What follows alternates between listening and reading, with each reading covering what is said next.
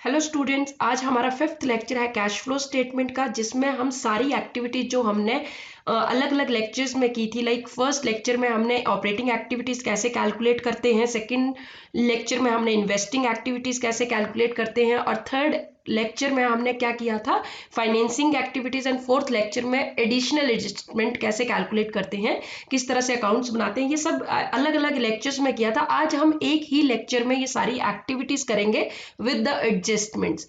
तो हमारे पास ये कंप्लीट क्वेश्चन किस तरह से करते हैं, हमारे पास ये क्वेश्चन गिवन है जिसमें कहा गया है प्रिपेयर कैश फ्लो स्टेटमेंट।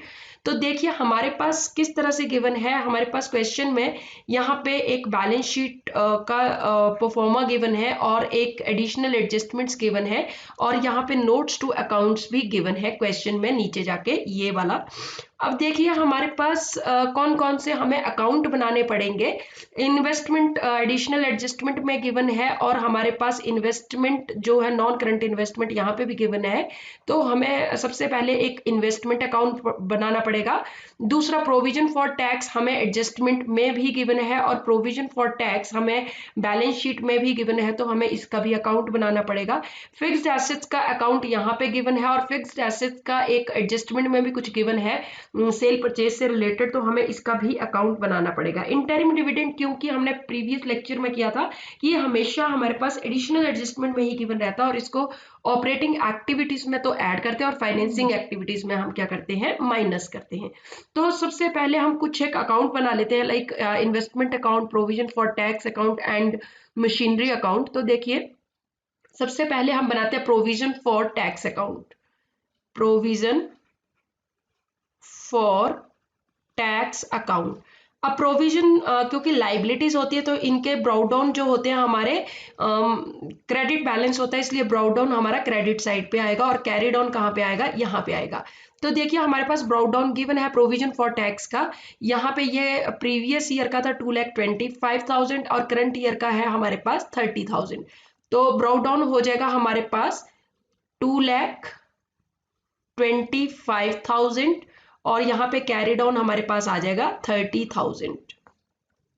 अब उसके बाद हमारे पास क्वेश्चन में और क्या गिवन है, इससे related provision for tax adjustment में गिवन है second adjustment. Provision for tax made during the year is 27,000। तो अब हमने किया था कि जब प्रोविजन गिवन हो तो कहाँ पे लेते हैं, क्रेडिट साइड पे। तो यहाँ पे PNL करके ये प्रोविजन मेड आ गया हमारे पास, कितने का, जितने का गिवन है 27,000 का। तो अब हमारे पास यहाँ पे बैलेंसिंग फिगर क्योंकि इस साइड कम है, तो अब हमारे पास क्या आ जाएगा, कैश करके ये हमारा टैक्स पेड हो जाएगा। टैक्स पेड ये आ जाएगा हमारा बैलेंसिंग फिगर, क्योंकि हमें दोनों साइड को इक्वल करना था।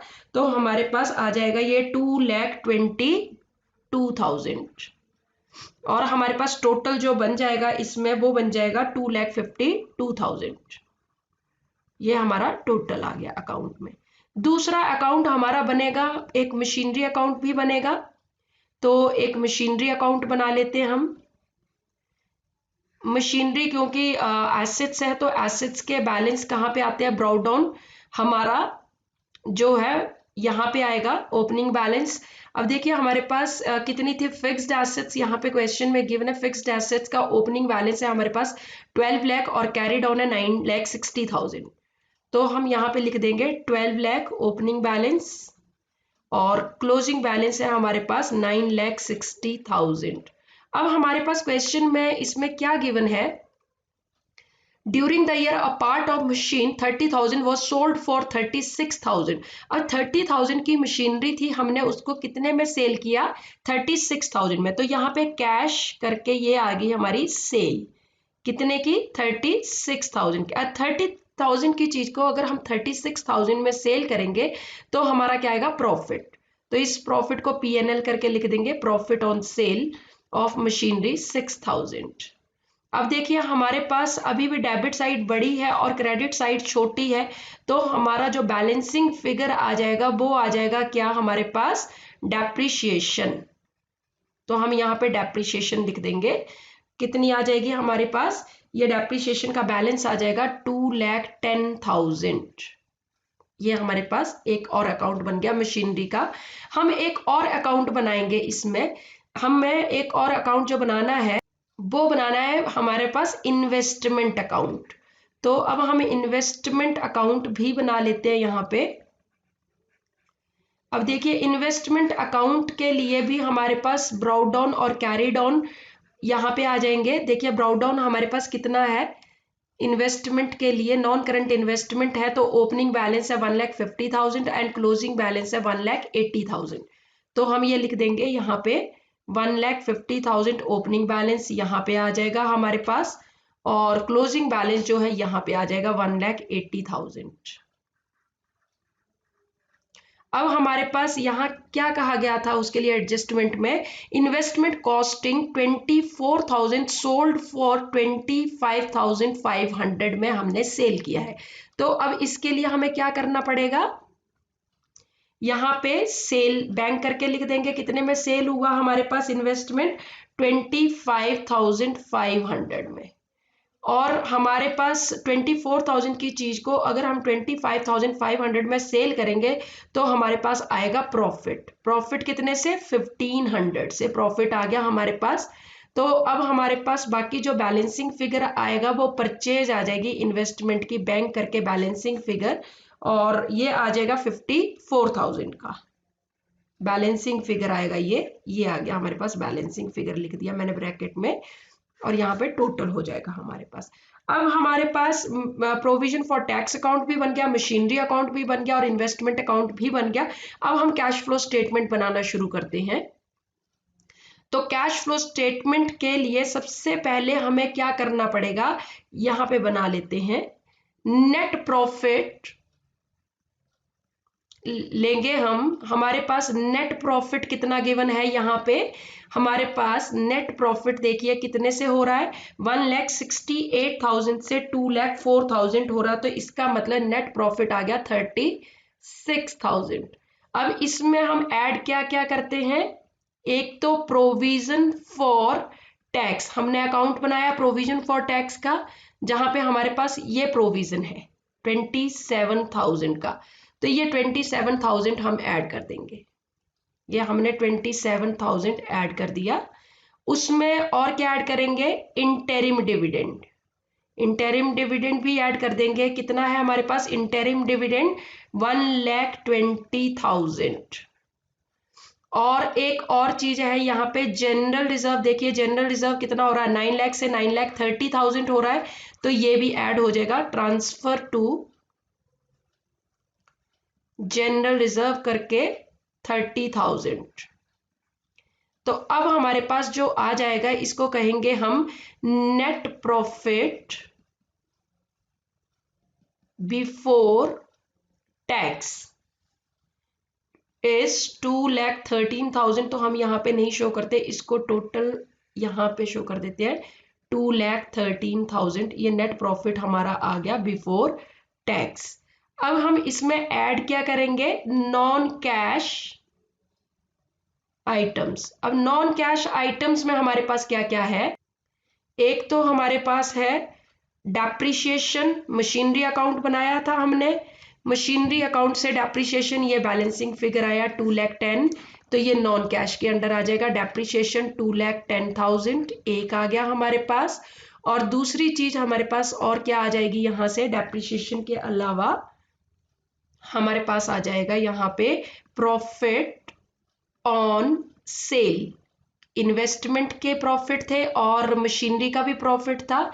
इन्वेस्टमेंट का था 1,500 माइनस का, और उसका मशीनरी का था हमारे पास प्रॉफिट 6,000 का, ये माइनस का। तो 2,10,000 में से 7,500 हम अगर माइनस करेंगे तो हमारे पास कितना आ जाएगा, ये हो जाएगा 2,02,500, जो कि हम यहाँ पे ऐड कर देते हैं नेट प्रॉफिट बिफोर टैक्स में। तो इसको हम क्या है कहेंगे, profit before working capital adjustment, ये आ जाएगा हमारे पास 4,15,500। अब देखिए अब हम इसमें करेंगे वर्किंग कैपिटल की एडजस्टमेंट्स। तो वर्किंग कैपिटल की एडजस्टमेंट्स में हमारे पास देखते हैं क्या क्या है। यहां से हमारे पास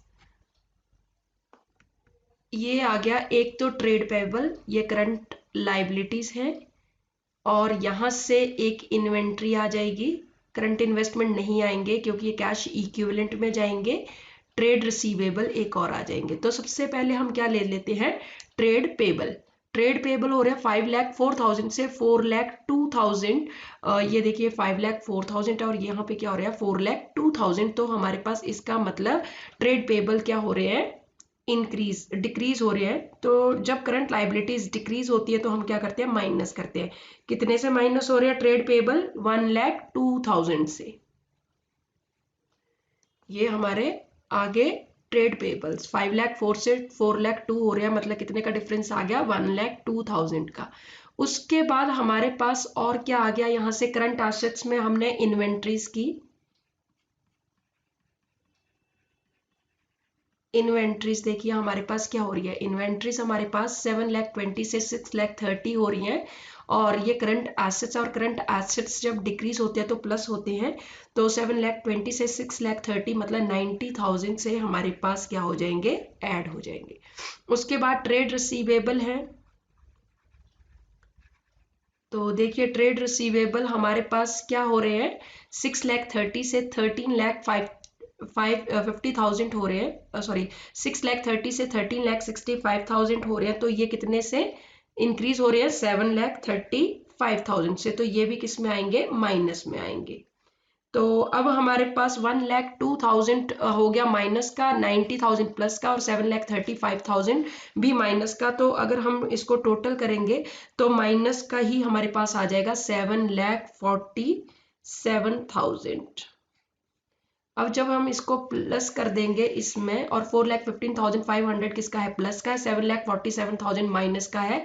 तो इसको क्या कहेंगे, cash flow from operating activities. अब ऑपरेटिंग एक्टिविटीज से कैश फ्लो कितना हो जाएगा हमारे पास, 3,31,500। 7,47,000 माइनस का है और 4,15,500 प्लस का, इन दोनों का डिफरेंस आ गया माइनस में। और ये यूज्ड आएगा, सॉरी फ्रॉम नहीं आएगा क्योंकि माइनस में आ रहा है। तो हमारा cash flow used in operating activities.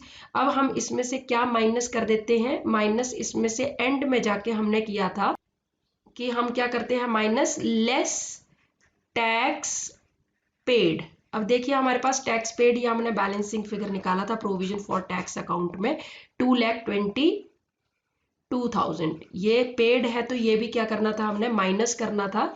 तो अब हमारे पास क्या आ जाएगा, net cash used, net cash used in operating activities कितना आ जाएगा, ये हमारे पास 5,53,500 ये हमारे पास यूज्ड हो गया, माइनस में आ गया। ये हमारी होगी एक एक्टिविटी। नेक्स्ट एक्टिविटी हमारी किसकी आती है, इन्वेस्टिंग एक्टिविटीज। अब देखिए cash flow from investing activities calculate करेंगे, ये पूरा कैश फ्लो स्टेटमेंट का ही चलेगा। अब नेक्स्ट एक्टिविटी आ जाती है B, cash flow from investing activities. अब इन्वेस्टिंग एक्टिविटीज हम यहाँ पे कैलकुलेट कर लेते हैं। तो हमारे पास यहाँ पे हमारे पास सेल ऑफ मशीनरी गिवन है, ये देखिए 36,000 की। उसके बाद सेल ऑफ इन्वेस्टमेंट भी गिवन है हमारे पास 25,500 का, ये हमने इन्वेस्टमेंट अकाउंट से उठा लिया ये।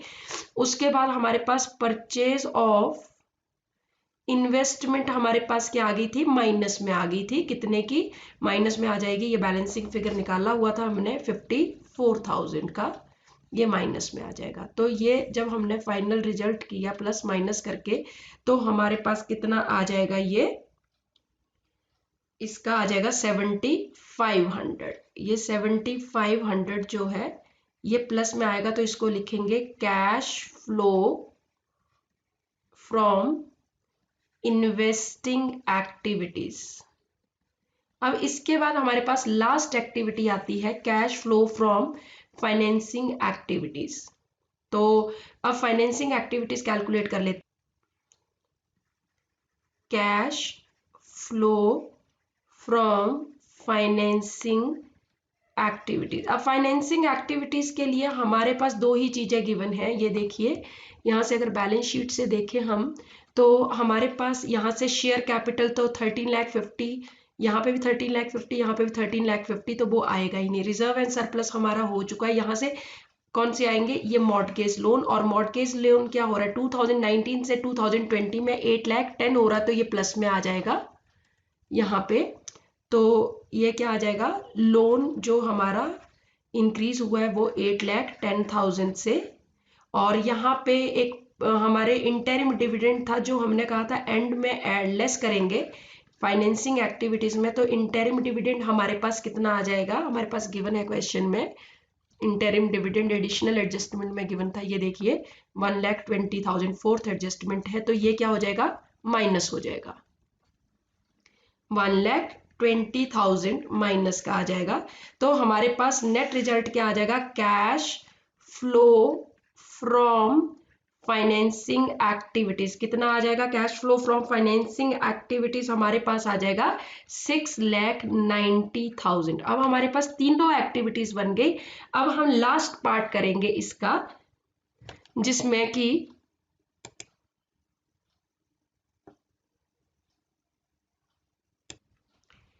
क्या करेंगे लास्ट पार्ट में? Operating activities plus investing activities plus financing activities plus opening cash and cash equivalent. अब देखिए हमारे पास ओपनिंग जो है, हमारे पास ऑपरेटिंग एक्टिविटीज का बैलेंस हमने कैलकुलेट कर लिया है। ऑपरेटिंग एक्टिविटीज से आया था यूज्ड, तो मतलब माइनस का है 5,53,500, ये हो गया ऑपरेटिंग एक्टिविटीज का माइनस में। दूसरा भी माइनस में दूसरा 7,500 हमारा किसका था? प्लस का है। इन्वेस्टिंग एक्टिविटीज का वहां पे कैश फ्लो फ्रॉम था 7,500 प्लस हमारे पास और क्या चीज आ जाएगी यहाँ पे? प्लस हमारे पास था फाइनेंसिंग एक्टिविटीज से हमने कैलकुलेट किया ये 6,90,000, ये भी फ्रॉम था तो ये भी प्लस में रहेगा। कितना आया? 6,90,000। ये हम यहाँ पे लिख लेंगे 6,90,000 plus cash and cash equivalent. तो कैश एंड कैश इक्विवेलेंट कैसे आते हैं वो भी कैलकुलेट कर लेते हैं। Cash and cash equivalent opening के, तो देखिए हमारे पास यहाँ पे क्या आ जाएगा? ओपनिंग का कैश बैलेंस आ जाएगा। ओपनिंग का बैंक हमारे पास कितना है? 4,30,000 है ये, और ओपनिंग के करंट इन्वेस्टमेंट जो कि कैश इक्विवेलेंट मान दिए जाते हैं 17,000, तो ये प्लस कर लेंगे 4,30,000 प्लस 17,000, तो 4,30,000 ओपनिंग के कैलकुलेट करेंगे। बैंक का बैलेंस था ये, और दूसरा करंट एज इन्वेस्टमेंट थे कितने के? 17,000 के, तो ओपनिंग कैश इक्विवेलेंट कितना बन गया? 4,47,000, तो ये भी प्लस कर देंगे यहाँ पे 4,47,000। तो हमारा जो एंड का रिजल्ट आएगा वो क्या आ जाएगा? Closing cash and cash equivalent. तो क्लोजिंग कैश एंड कैश, इनको जब हम प्लस माइनस करेंगे तो हमारे पास आंसर कितना आ जाएगा? देखिए हमारे पास 5,70,000 ये है और 21,000 ये है, और जब हमने भी इनको प्लस और माइनस किया तो हमारे पास कितना आ गया? 5,91,000। अब देखिए हमारे पास किस तरह से बना, यहाँ पे हमारे पास 5,70,000 था और वो 21,000 था, तो कितना बना? 5,91,000। और जब हमने यहाँ पे भी ये ऐड किए 5,53,500 जो कि माइनस का है, प्लस 7,500 प्लस 6,90,000 प्लस 4,47,000, तो हमारा आंसर जो है वो क्या आ जाएगा? 5,91,000, जो कि closing cash and cash equivalent के इक्वल होगा। अगर ये इक्वल नहीं आता इट मीन्स हमने कुछ गलती की है, तो हम चेक कर सकते हैं उसको, बट अभी हमारा आंसर जो है वो बिल्कुल करेक्ट आ चुका है। अब चाहे तो इसको चेक कर सकते हैं विद द क्वेश्चन।